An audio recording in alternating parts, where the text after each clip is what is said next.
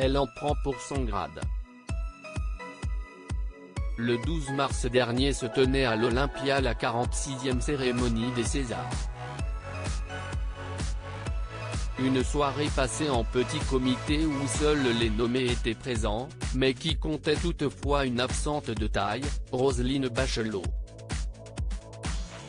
Si elle a fait une petite apparition pour saluer les invités avant le début de la cérémonie, la ministre de la Culture n'est pas restée dans la salle, invoquant le protocole sanitaire très strict en pleine pandémie.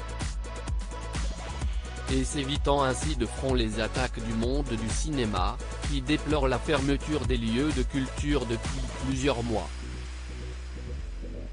Toutefois, cette absence ne lui a pas évité d'en prendre pour son grade, et ce même après les Césars.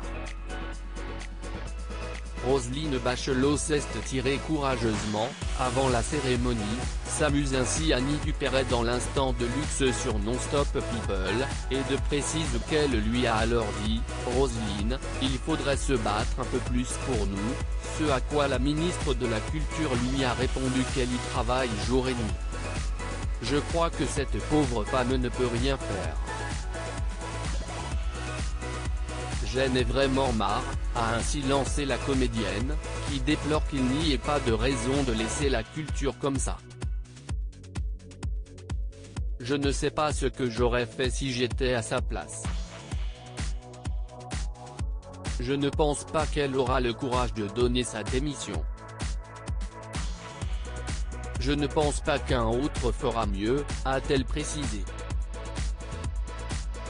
Roselyne Bachelot écrit la cérémonie des Césars déjà blessée par les piques acerbes de Marina Foï. Cependant la cérémonie des Césars, Roselyne Bachelot risque bien une nouvelle fois de se sentir attaquée personnellement par les propos d'Annie Dupéret.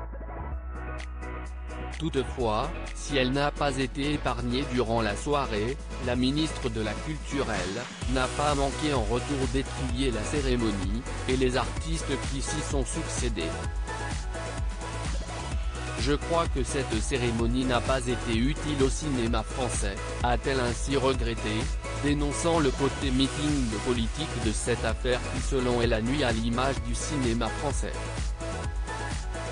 Le cinéma, si est une industrie. Les Césars, si est une vitrine pour vendre notre cinéma à l'international. Est-ce que vous voyez l'image que ça a donné ? Si est navrant de voir des artistes piétiner leur outil de travail, a-t-elle conclu.